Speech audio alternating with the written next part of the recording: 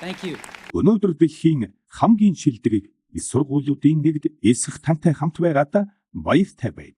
Би хизээч их сургуулиас төгсөөгүй. Үннийг хэлэхэд энэ бол миний их сургуулийн төгсөхөөс хамгийн ойр байсан цаг мөч. Өнөөдөр би та нарт өөрийнхөө амьдралын 3 үлгэр ярихыг хүсэж байна. Ингээд ч болоо. Том асуудал байхгүй. Ердөө 3 үлгэр. Нэгдүгээр үлгэр бол цэгүүдийг холбох тухай юм. Би ирээд их сургууль эхний 6 сарын дараа орхисон боловч дараа нь 18 сар орчим сургуулиасаа үнэхээр гарах хүртлээр тэнд үлдсэн байсан. Тэгэхээр би яагаад сургуулиа орхисон юм бэ? Энэ нь намайг төрхөөс өмнө эхэлсэн. Миний төрсөн ээж залуухан гэрлээгүй төгсөлтийн оюутан байсан тул намайг үрчлүүлэхээр шийдсэн. Тэр намайг их сургууль төгсөгчд үрчилж авах ёстой гэж маш их бодсон. Тиймээс намайг төрөхөд хуульч болон түүний эхнэрт үрчлүүлэхийн тулд бүх зүйлийг бэлдсэн. Харин намайг төрөхөд хуульчийн гэр бүл үнэхээр охинтой болохыг хүсч байна гэж эцсийн өвчтөд шийдсэн. Тэгээд хүлээлгийн жагсаалтад байсан аав ээж хоёр маань шөнө дунд тусдаж бид гинт хүүтэй болсон. Та хүүгээр хүс байна уу гэж асуухад тэд энэ хүүг бидэнд хүсч байна гэж хэлв. Төрсөн ээж маань зүйлдээ ээж минь их сургууль төгсөөгүй, аавыг ч өндөр дунд сургууль төгсөөгүй гэд мэдсэн. Тэр эцсийн үржилтийн баримтууд гарын үсэг зурхаас татгалзав. Хэдэн сарын дараа аав ээж хоёр намайг хизээ нэгэн цагт их сургуульд оруулан гэж амлахад тэр зөвшөөрсөн. Тэгээд 17 жилийн дараа би их сургууль орсон. Гэвч би маш үнэтэй их сургуулийг сонгосон бөгөөд ажилчин аав ээж хоёрын цуглуулсан бүх мөнгийг миний их сургуулийн сургалтын төлбөрт зарцуулсан. 6 сарын дараа би түүний өмнө цэнийг олж харж чадаагүй.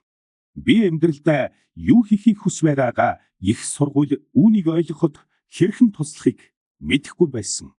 Энд би аав ээж хоёрын бүх насаараа харгалсан бүх мөнгийг зарцуулж байсан. Тиймээс би сургуулиас орхихоор шийдсэн бөгөөд бүх зүйл сайхан болно гэж бат илвэв. Тэр үед үнэхээр аимшигтай байсан. Эргэж харахад харин миний гаргасан хамгийн зөв шийдвэрүүдийн нэг байсан. Сургуулиас орхисон тэр мөчс би сонирхолгүй. Гэвч шаардлагасан хичээлүүдийг авахаа болж сонирхолтой санагдсан хичээлүүдийг орж эхэлсэн. Энэ бүхэн романтик биш байсан. Надад байрны өрөө байхгүй болохоор найзуудынхаа өрөөнд шалан дээр унтдаг байсан. Ихэнх цагт би хосон унданы савыг буцааж ол авдаг. Дараагийн орой бүр би 11 км архиж харийг Кришна сүмд хүрч нэг сайхан хоол иддэг байсан. Энэ надад таалагдсан. Миний сонгож зам болон цөм савингоо хоёрыг дарж тохиолдсон зүйлсийн ихэнх нь хожимд ховор нандин зүйл болсон. Би танд нэг жишээ өгье. Тухайн үед их сургууль бүх улсын хэзэндх хамгийн шилдэг уран бичлэгийн хичээлүүдийг хамгаж байсан. Сургуулийн энэ тойронд бичсэн бүх зүйлийг маш сайхан бичсэн. Би сургуулиа орхиж заавал хичээлд суух шаардлагагүй байсан тул яаж вэ сайхан бичгийг сурахын тулд уран бичлэгийн хичээл сонгосон. Би сэрэг болон санс сэрэг үсгийн тгийн тухай, янз бүрийн үсгийн хослолуудын хоорондын зайг өөрчлөх тухай, олон яаж тод бүгээд сэтгэл татван харагдуулдаг үсэг гаргах тухай олж мэдсэн. Энэ нь гоо үзэсгэлэн дүүхээр дүүрэн шинжих ухаан тайлбарлахын аргагүй. Нэг төрлийн гоё сайхан байх бөгөөд надад үнэхээр сонирхолтой санагдсан.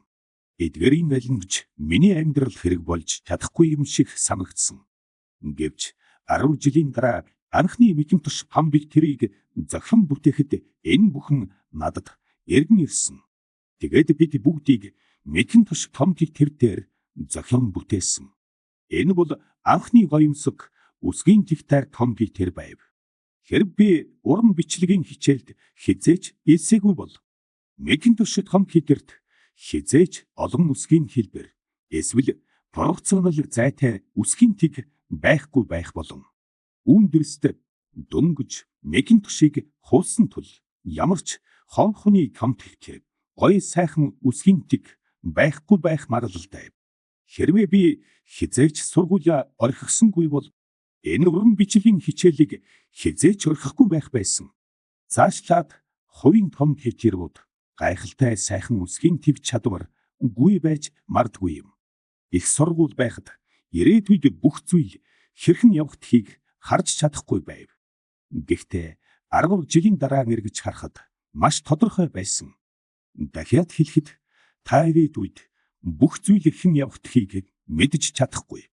Та тэдгээрийг тохиолдсны дараа л ойлгож чадна.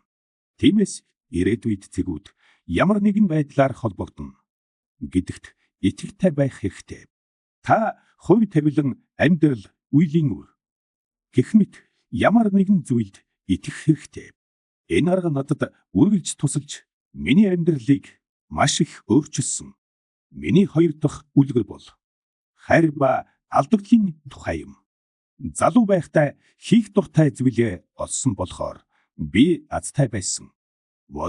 Бид хоёр 20 настай байхдаа миний гэрд алмараад нэг эхлүүлсэн. Бид маш шаргуу ажилласан бөгөөд 10 жилийн дараа алмарад том бид хоёр байснаас 4,000 гаруй ажилчинтай 2 тэрбум долларын үнэтэй томхон болтлоо өссөн. Бид жин өмнө хамгийн шилдэг бүтээгдэхүүн хүн болох Macintosh худалдаанд гаргаж байсан бөгөөд би дөнгөж 30 нас хүрсэн. Дараа нь би хөөгдөгсөн. Өөрийнхөө байгуулсан компаниас яаж хөөгдөг вэ? Алмарад томрохын хэрээр би томрохыг удирдахад нь туслахын тулд үнэхээр сайн гэж бодсон хүнээ ажилд авсан бөгөөд эхний жил орчим бүх зүйл сайн явдагсан. Гэвч дараа нь бид ирээдүйгээр өөрөөр харж эцэст нь санал зөрөлдөж салж явах болсон. Биднийг тэгэхэд удирдах зөвлөл түүнтэй санал нэгдсэн. Тэгээд намайг 30 настай байхад нь компаниас явуулсан. Тэгээд хүн бүр энэ учрыг мэдэж байсан. Насанд хүрсэн амьдралынхаа туршид миний хамгийн их анхаардаг байсан зүйл алга болж үнэхээр гонхтой санаг. Хэдэн сарын турш би юу хийхээ мэдэхгүй байсан. Би миний өмнө ирсэн хүмүүсийн хүлээлтийг биелүүлээгүй юм шиг санагдсан. Би тэдний ихлүүлсэн зүйлийг үргэлжлүүлж чадаагүй юм шиг. Би Дэвид Такард, Боб Нойс нартай уулзаж хэм том алдаа гаргасандаа уучлаарай гэж хэлэхэр оролдсон. Би бүхний өмнө нүүрэн алдаж цахиурын хөндийгөөс явах тухай хүртэл бодсон. Гэхдээ би хийж буй зүйлдээ дуртай хിവэрэ байгаагаа гэдгийг аажмаар ойлгож эхэлсэн. Алмард энэ сүүлийн үеийн гарсан өөрчлөлтүүд үүнд огт нөлөөлсөнгүй. Хэдийгээр хөөгдөгсөн ч би мөн ч хайртай байсан. Тиймээс би дахин эхлүүлэхээр шийдсэн. Тэр үед би үүнийг ойлгоогүй ч алмард ажиллаа алдсан нь надад тахилдсан хамгийн сайхан зүйл болсон юм. Амжилтанд хүрэх хүнд хэцүү нь дахин эхлүүлэх хөнгөн мэдрэмжээр сольсон. Энэ нь миний амьдралын хамгийн бүтээлч үеүүдийн нэгийг эхлүүлэх боломжийг олгосон юм. Дараагийн 5 жилийн хугацаанд би Next Texa гэх нэртэй 2 компанийг үүсгэн байгуулж бас нэгэн гайхалтай эмэгтэйд дурлаж тэр хожим миний эхнэр болсон. Texa компьютерийн ашиглан тоглоомын үлгэр нэртэй анхны хүүхэлдэйн кино бүтээсэн бөгөөд өнөөдөр дэлхийн хамгийн амжилттай хүүхэлдэйн киноны үйлдвэрлэх компани нэг юм. Алмард Стэн Next-ийг худалдаж авсан нь намайг дахин компанид авчирсан. Одоо бидний Next дээр бүтээсэн технологийн Алмардын өнөөгийн амжилтын том хэсэг болсон юм. Ларин бид хоёр сайхан гэр бүлтэй болсон. Хэрв би Алмардаас ажиллаа алдаагүй бол эдгэрийн аль нь ч ботны болохгүй байсан гэдэгт би бүрэн итгэлтэй байв. Энэ юм аимшигтай ашуун амттай байсан ч өвчтөнд хэрэгтэй байсан байх. Заримдаа амьдрал үнэхээр хэцүү байдаг. Гэхдээ итгэл найдвараа бүр алдаарай. Би бууж өгөөгүй цорын ганц шалтгаан хийж байг зүйлдээ дуртай байсан гэдэгт би итгэлтэй байв. Та үнэхээр дуртай зүйлээ олох хэрэгтэй. Энэ нь таны харийн харилцаанд чухал байдаг шиг Таны ажилд чухал юм. Таны ажил таны амьдралын том хэсгийг эзлэх болно. Тиймээс аз жаргалтай сэтгэл хангалуун байх хамгийн сайн арга бол агуу гэж бодсон ажлаа хийх явдал юм. Агуу ажил хийх хамгийн сайн арга бол хийж байгаа зүйлээсээ таашаал авах явдал юм. Хэрв та дуртай зүйлээ хайж олоогүй бол үргэлжлүүлэн хайж байгаарай. Хүссэн зүйлээ олох хүртлээр бүү зогс. Хэрв энэ нь танд үнэхээр санаа тавьдаггүй бол та үнийг олох үедээ нөх болно.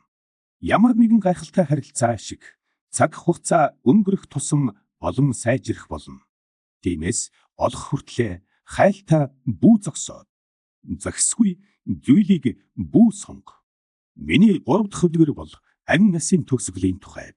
Би 17 настай байхдаа ийм нэгэн үлгэрийг уншсан. Өдөр бүрийг хамгийн сүүлчийн хэм шиг өнгөрөө. Тэгвэл нэг л өдөр чиний зөв байх болно. Энэ үлбэр надад гүн согдол өгсөн. Түүнээс хойш 33 жилийн турш би өглөө бүр галын өөрийгөө хараад хэрв өнөөдөр миний хамгийн сүүлчийн өдөр байсан бол би хийх гэж байгаа зүйлээ хийхийг хүсэх байсан уу гэж асуув. Хэрв олон өдөр дараалан үгүй гэсэн хариулт байвал өөрчлөлт хийх цаг болсныг би мэднэ. Хизээ нэгэн цагт үхнэ гэж бодох нь амьдралын том шийдвэр гаргахад хамгийн их тусалсан. Үхэлтэд тулгарх үед бараг бүх зүйл чухал биш болдог. Бусдын танд хүсэл мөрөөдөл, таны онг, таны алдаа гаргаж муу харагдахаас айх гэх мэт зүйлс бүр алга болдог. Үлдсэн зүйл нь жинхэнэ чухал зүйл юм. Амьдрал богинохон гэдгийг өөртөө сануулах нь ямар нэг зүйлээ алдахгүй гэж санаа зовхо болох болно. Танд аль хэдийн нуух хамгаалах зүйл байхгүй. Тиймээс танд үнэхээр чухал зүйлээ хийхгүй байх шалтгаан байхгүй. Жилийн өмнө би аман өвчл болсон гэдгийг мэдсэн. Өглөөгийн 7 цаг 30 минутыг эрүүл мэндийн үзлэгүүд нойр булчирхайн хавдар илт харагдаж байсан. Тэр үед би нойр булчирхай гэж юу болохыг мэдгүй байсан. Эмч нар надад эдгэрдэггүй хот хавдартай байх магадтай. 3-6 сар л амьдрах цагтай. Гэртээ хараад ажиллаа цэгцэл гэж хэлсэн. Хэн нэгэн үхэх гэж байхад эмч нар ингэж хэлдэг.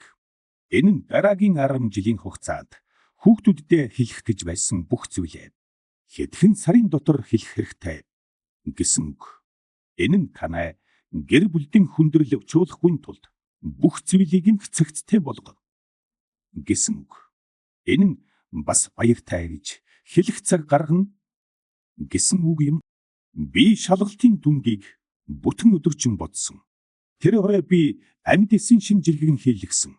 Эмч нар камертай нэнгэн гурс хэрглэж хоолойгоор ходоод гэдэсэн үнэн гамжуулсан. Дараа нь тэд зүүн ашиглан миний нойр булчирхайн хавдраас цөөхөн эсийг авсан. Би мэдээ алдуулах тарил хийсэн тул юу болсныг мэдэхгүй байв. Гэтэл эхнэр маань тэнд байсан бөгөөд эмч нар миний эсийг микроскопоор харахад тэд уйлж эхэлснийг харсан. Тэд нойр булчирхайн хорт хавдрын нэг хоор төрөл болохыг илрүүлжээ. Үүнийг мэс заслын аргаар эмчлэх боломжтой. Би мэс заслын хийгээд одоо миний бие сайн байна. Энэ бол миний үхс хамгийн ор байсан үе юм. Дахиж олон жил энэс ийм орохдохгүй гэж би үнэхээр найдаж байна. Би үнийг биеийн туршилтай болохоор өмнөхөөсөө илүү итгэлтэйгээр танд хэлж чадсан. Тэр үед үхэл бол зүгээр миний бодож байсан ахаа дуун байсан.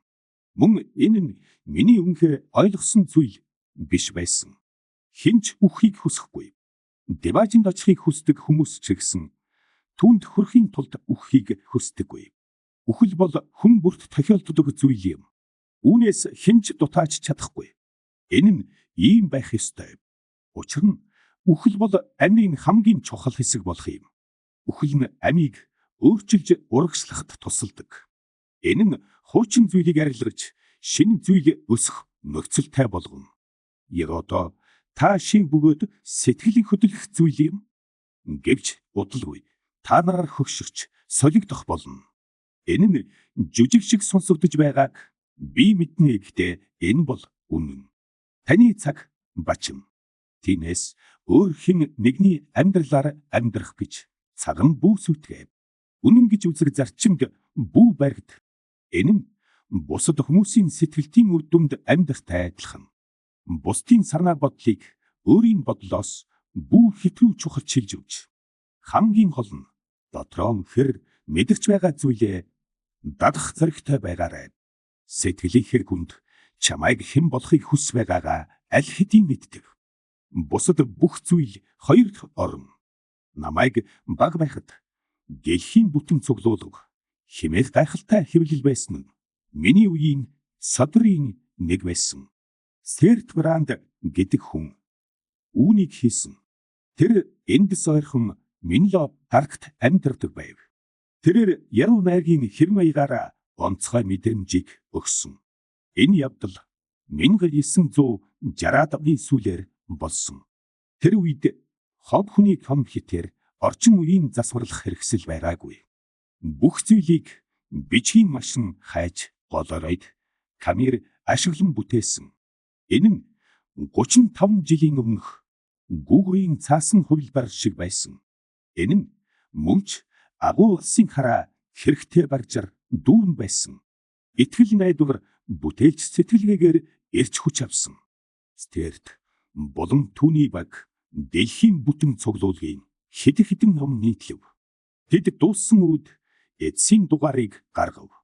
Энэ бол 1970-аад оны дундуур би чиний насан дээр байсан. Тэр сүүчийн дугаарын арын нүүрэн дээр өглөөнөрт хөдөөгийн намхан замын зураг байсан. Хэрвээ хэн холын аян чамд дуртай бол энэ нь алхаж яаж болох зам шиг харагдаж байлаа. Зургийн доор өсгөлэн байгаарай, тэнгэрэн байгаарай гэсэн үгс байв. Энэ бол тэдний салах ёс үйцэтгсэн үгс байлаа. Өсгөлэн байгаарай, тэнгэрэн байгаарай. Би үргэлж эдгээр үгсээр амьдрна гэж найдаж байсан. Тэгээд одоо та сургуулиа төгсөөд шинэ амьдрал эхлүүлэхдээ би чамд ч мөн адил үгсээр найдаж байна. Өсгөлэн байгаарай, тэнгэрэн байгаарай. Та бүгдэд маш их баярлалаа.